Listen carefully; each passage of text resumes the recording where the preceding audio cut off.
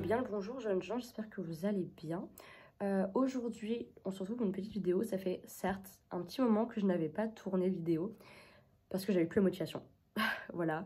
Là, j'avais envie de vous parler d'un livre que j'ai lu cet été qui s'appelle Girls of Summer de Cathy Bishop, sorti aux éditions Hauteville. C'est un livre qui coûte 18,95 €, mais je pense que pour l'été prochain, il sortira en poche si vous voulez le lire pendant l'été. Je me suis dit, étant donné qu'on approche de la période d'Halloween, ça peut être pas mal de parler de ce livre. Ça fait un rappel avec l'été et en même temps, c'est une histoire très morbide. On est un peu dans le thème, voilà. Mais donc, de quoi nous parle cette histoire? Cette histoire que j'ai lue sur un transat parce qu'on était en été, mais qui est profondément sombre. Si vous voulez un petit peu concevoir l'histoire, imaginez Mamma Mia qui tourne mal.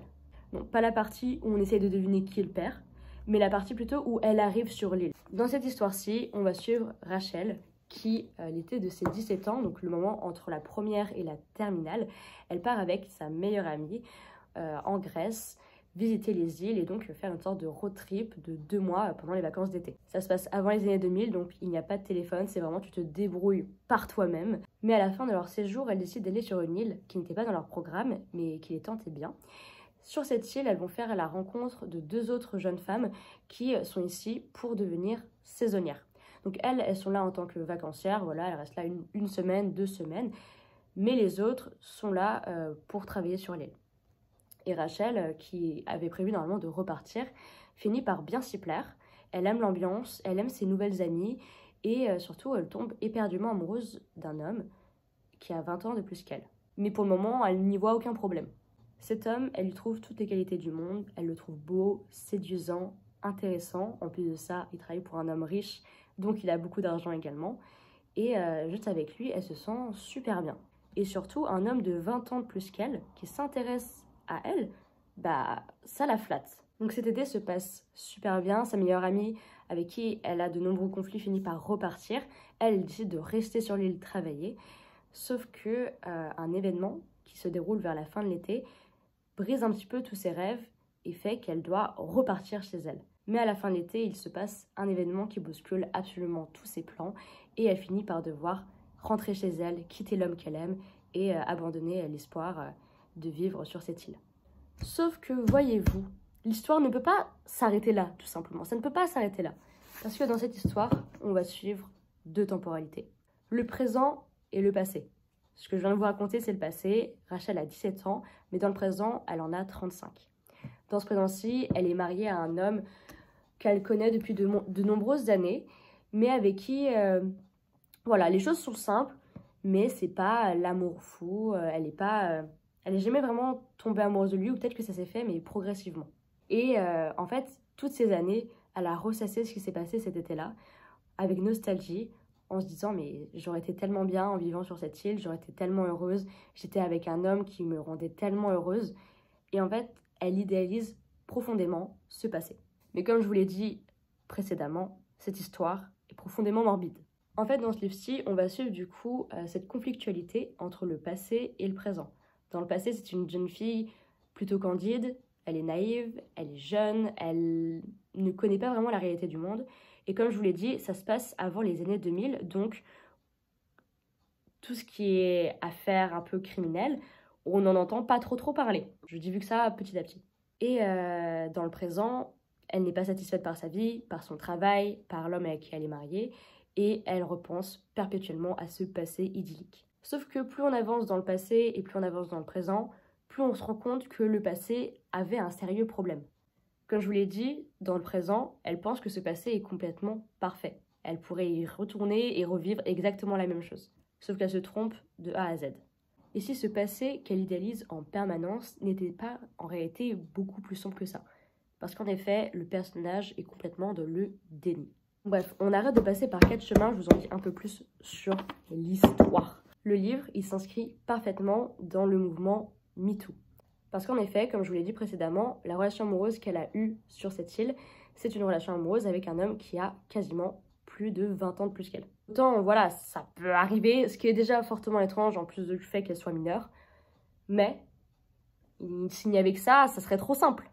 Non, en effet, dans cette histoire qu'on va suivre, Rachel, qui pense être amoureuse de cet homme et qui pense avoir été choisie par cet homme, est en réalité manipulée de A à Z.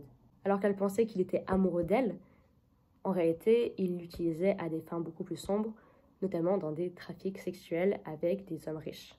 Je sais pas si vous allez voir un petit peu ce que je veux dire, mais l'univers, la vibe, c'est un petit peu comme ce qu'on entend parler en ce moment avec les réalisateurs ou les acteurs qui sont dans des villas aux États-Unis et qui font des très grandes soirées où il y a des trafics sexuels, des trafics de mineurs sur place.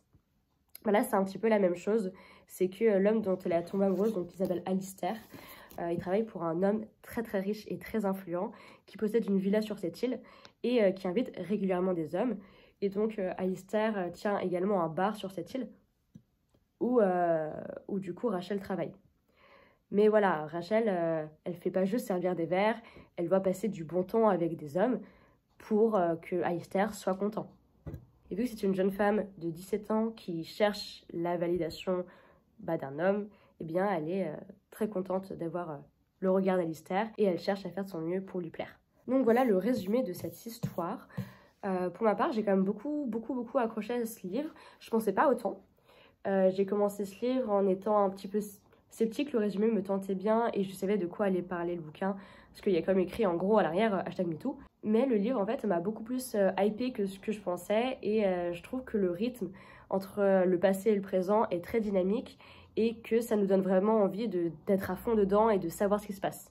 Surtout qu'il y a un événement dans le passé qui fait la conjoncture entre la temporalité du passé et du présent et auquel le personnage va penser assez régulièrement même si elle ne veut pas y penser. Cet événement-là, on va le découvrir à la fin de l'histoire. On a des informations qui nous parviennent au fur et à mesure qu'on avance dans le passé et au fur et à mesure qu'on avance dans le présent, avec des personnages qu'on rencontre, notamment les autres filles avec qui Rachel travaillait. Et en fait, on mène une sorte d'enquête policière et en même temps, on essaie de comprendre par nous-mêmes qu'est-ce qui s'est passé. Et on se rend compte que c'est pas juste une histoire d'amour idyllique d'une jeune fille de 17 ans avec un homme de la trentaine. Mais en fait, c'est une affaire beaucoup plus grave, une affaire de trafic sexuel, notamment sur mineurs. Et en fait, Rachel se retrouve embarquée dans un truc beaucoup plus grand que ce qu'elle imaginait. Donc voilà, moi pour ma part, j'ai vachement aimé ce bouquin. C'était très très cool. Ouah, j'ai foutu du sucre partout. Je suis vraiment pas douée. Mais en bref, j'étais en train de dire que cette histoire, je l'ai beaucoup aimée. J'ai beaucoup aimé le personnage, j'ai beaucoup aimé la difficulté pour le personnage de se rendre compte de la réalité parce qu'elle est complètement dans le déni, dans le passé, dans le présent, elle est en permanence dans le déni parce qu'elle a perpétuellement idéalisé cet été, elle a perpétuellement idéalisé l'homme avec qui elle était et même encore maintenant, dans le présent, elle cherche à retrouver cet homme et elle espère en le revoyant qu'il se passera la même chose que ce qui s'est passé dans le passé. Et il y a une scène que j'ai beaucoup aimée, c'est le moment en fait où elle rencontre de nouveau Alistair. Elle le trouve encore très séduisant, mais elle se dit waouh, mais moi en fait, je serais jamais tombée amoureuse d'un jeune homme de 17 ans quoi. J'en ai 35, c'est pas normal, il y a un problème. C'est à partir de ce moment-là qu'elle commence à avoir une sorte de petit déclic en mode mais what the fuck, cet homme, il y a un problème, c'est pas possible. Et même si elle veut encore une relation amoureuse avec lui, même si elle pense encore l'aimer éperdument, et il y a quand même ce déclic qui se crée dans sa tête. Voilà, je vous spoil pas trop, je vous laisse vraiment le lire, il est très très cool. Si vous voulez lire l'été prochain, je pense qu'il sortira en poche. Mais voilà, n'hésitez pas, c'est une histoire très très fun pour Halloween. Non voilà, c'est une histoire très sordide et qui est très très forte. Il y a une scène que j'ai trouvée assez difficile aussi, notamment une scène de VIOL, où en fait la jeune fille est complètement inconsciente et droguée. Et elle le décrit c'est décrit de son point de vue et je la trouve extrêmement forte cette scène, mais extrêmement forte. Donc faites attention si vous avez s'il y a certains trigger warnings qui vous mettent mal. Il n'y a pas de liste de trigger warning dans le livre, mais voilà, VIOL, drogue, agression. Puis voilà, je pense que c'est tout. Meurtre, je ne sais plus. Bref, voilà. Je vous remercie en tout cas d'avoir écouté ma vidéo jusqu'au bout. On se retrouve très prochainement pour une autre vidéo, je l'espère. Voilà, prenez soin de vous, des oublis. À plus!